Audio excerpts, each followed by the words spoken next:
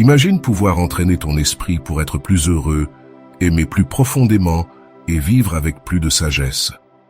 La neuroscience moderne révèle que les pratiques bouddhistes ne transforment pas seulement notre esprit, mais aussi la structure physique de notre cerveau. Tu veux découvrir comment appliquer ces enseignements millénaires pour améliorer ta vie quotidienne? Ne rate pas cette vidéo où nous explorons le pouvoir du cerveau de Bouddha. Le cerveau de Bouddha, qu'est-ce que c'est et pourquoi devrais-tu le connaître? Imagine un instant que tu as entre tes mains le pouvoir de façonner ton esprit, comme si ton cerveau était un jardin et chaque pensée que tu choisis une graine. Certaines te procureront de la paix, d'autres te donneront de la clarté, et beaucoup d'entre elles peuvent t'apporter le bonheur que tu as toujours cherché. C'est exactement ce dont parle le concept du cerveau de Bouddha, et ce n'est pas quelque chose de symbolique ou mystique, c'est quelque chose que la science peut expliquer aujourd'hui. Il y a environ 2000 ans, un jeune prince nommé Siddhartha Gautama a décidé d'abandonner tout ce qu'il connaissait, richesse, luxe, confort. Il est parti dans la forêt en quête de quelque chose que ni l'argent ni le pouvoir ne pouvaient lui offrir, une manière d'apaiser la souffrance humaine. Après des années de recherche et de méditation profonde, il a atteint ce que l'on appelle aujourd'hui l'illumination. Ce qu'il a trouvé, c'est une manière de vivre qui transforme non seulement la façon de penser, mais aussi le cœur et le corps. Bien qu'à son époque il n'y ait pas de terme pour la neuroscience, ce que Bouddha enseigna coïncide étonnamment avec ce que nous savons aujourd'hui sur le fonctionnement de notre cerveau. Les scientifiques appellent cela la neuroplasticité, la capacité du cerveau à changer, à s'adapter et à apprendre tout au long de la vie. C'est ici que le bouddhisme se connecte à la science.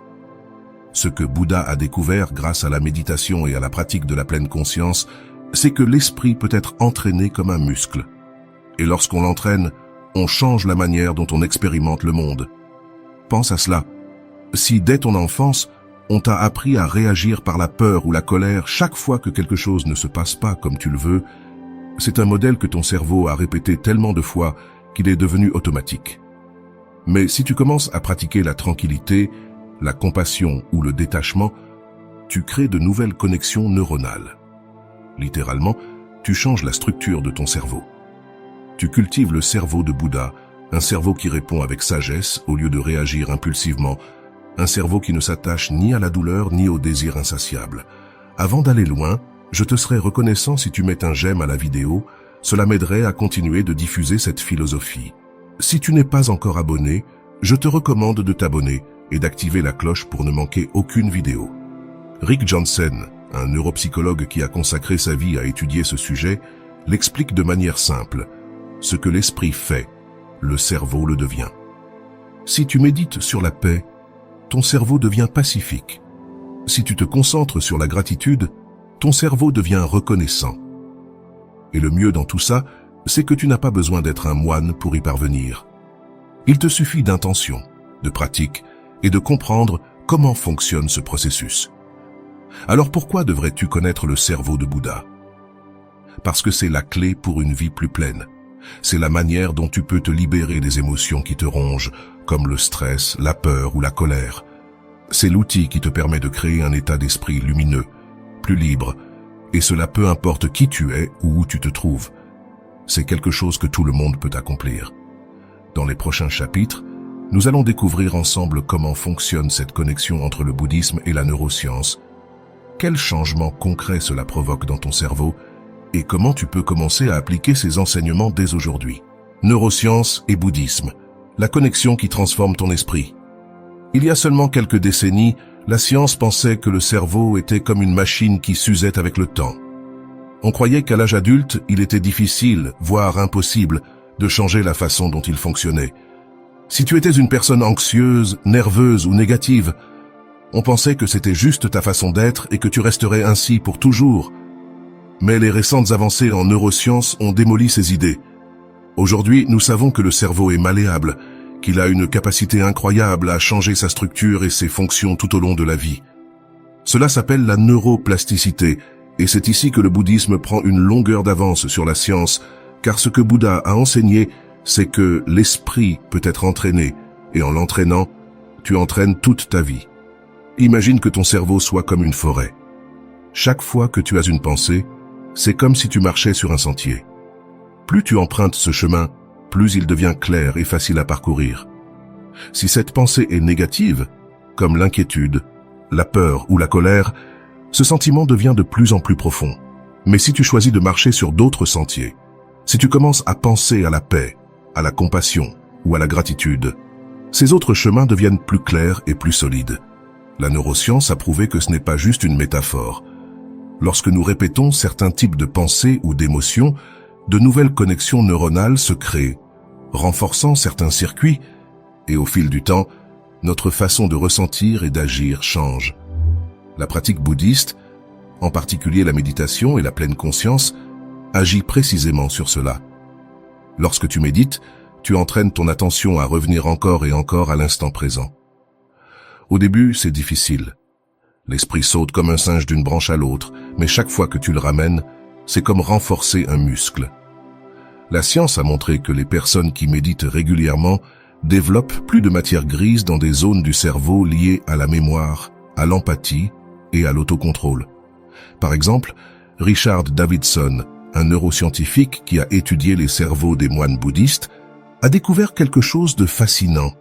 Ces moines montraient des niveaux d'activité dans le cortex préfrontal gauche, une zone associée aux émotions positives et au bien-être, bien plus élevés que ceux des personnes qui ne méditaient pas. De plus, leur cerveau montrait des modèles de compassion et de sérénité que l'on pensait auparavant impossibles à atteindre de manière stable. Et c'est ici que la pratique quotidienne prend tout son sens. Tu n'as pas besoin de vivre dans un monastère, ni de passer des années en silence pour changer ton cerveau. Il suffit de commencer petit à petit. 5 minutes par jour de pleine conscience, de respiration consciente ou de méditation de la compassion peuvent activer ces processus de changement. La science l'a déjà mesuré. On a observé des changements dans le cerveau des personnes qui méditent seulement quelques semaines. Le bouddhisme a toujours parlé de cela comme dompter l'esprit. Il ne s'agit pas de nier ce que tu ressens ou de te forcer à être heureux. Il s'agit d'observer tes pensées sans te laisser emporter par elles. Lorsque tu fais cela, tu crées un espace de liberté en toi, et c'est dans cet espace que se produit le véritable changement.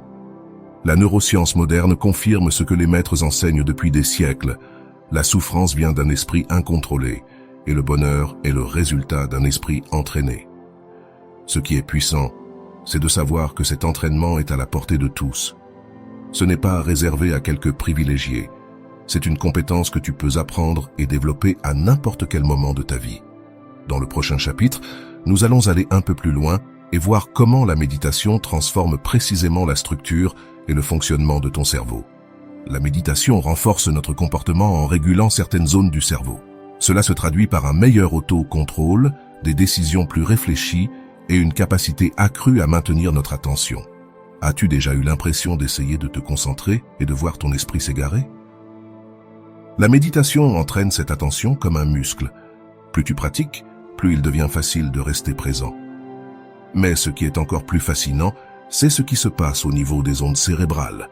Lorsqu'on médite, les ondes alpha et gamma augmentent et elles sont associées à un sentiment de calme profond et de clarté mentale.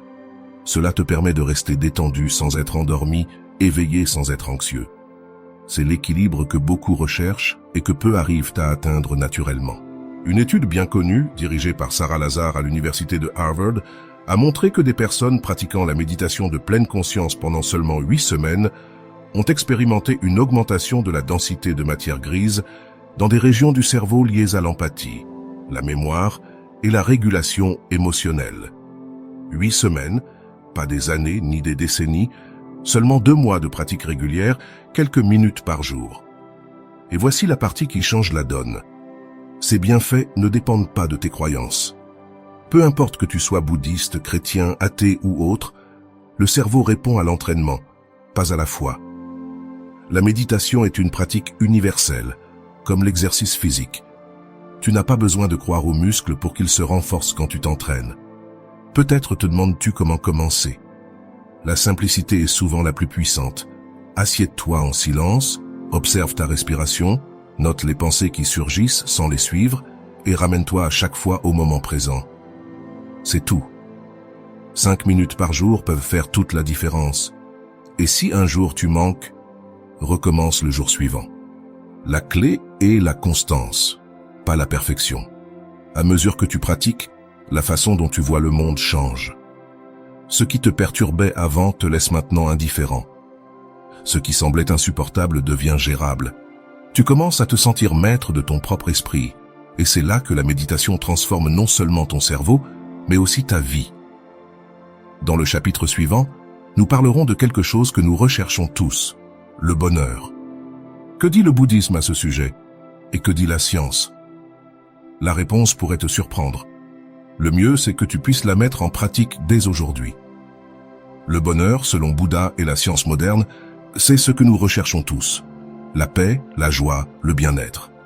Mais si tu y réfléchis, nous passons une grande partie de notre vie à poursuivre le bonheur comme s'il s'agissait de quelque chose qui se trouve là-bas, quelque part, à atteindre. On pense qu'on l'obtiendra lorsque nous aurons plus d'argent, un meilleur travail, ou lorsque tout sera exactement comme nous le voulons. Et pourtant, ce que Bouddha a enseigné est tout le contraire. Le bonheur n'est pas quelque chose qui se trouve à l'extérieur, c'est quelque chose que l'on cultive à l'intérieur. Un jour, Bouddha aurait été abordé par un homme qui voulait savoir quel était le secret du bonheur. Bouddha lui répondit que le bonheur vient de la capacité à lâcher prise, à abandonner le désir et l'attachement. Cela peut paraître simple, mais qu'est-ce que cela signifie réellement? Cela veut dire que nous souffrons lorsque nous nous accrochons à des choses qui ne durent pas, qui changent. Et comme tout change, nous vivons souvent pris au piège de la frustration. Le secret, c'est d'apprendre à vivre en paix avec le changement, sans dépendre de ce qui se passe à l'extérieur. Que dit la science moderne à ce sujet? Étonnamment, elle dit la même chose. La psychologie positive et la neuroscience ont démontré que le bonheur ne dépend pas tant de ce qui nous arrive, mais de la façon dont nous interprétons ce qui nous arrive. Ce sont nos pensées et nos habitudes mentales qui déterminent si nous nous sentons bien ou mal la plupart du temps. Un projet de recherche très connu, le projet du bonheur de Harvard, a suivi des personnes pendant plus de 80 ans et a montré que la clé d'une vie heureuse ne réside ni dans la richesse ni dans le succès professionnel, mais dans la qualité de nos relations et notre capacité à être présent. Le bonheur a plus à voir avec la connexion, la gratitude et l'attitude mentale qu'avec les circonstances extérieures. C'est ici que la pratique bouddhiste s'intègre parfaitement. Lorsque tu entraînes ton esprit par la pleine conscience, tu te rends compte de quelque chose de fondamental. Le moment présent est suffisant. Il n'est pas nécessaire qu'il soit parfait. Il n'est pas nécessaire qu'il dure pour toujours. Ce qui est important, c'est d'être là, en train de le vivre pleinement. C'est quelque chose que la méditation t'enseigne à expérimenter, non à comprendre intellectuellement, mais à ressentir dans ton corps.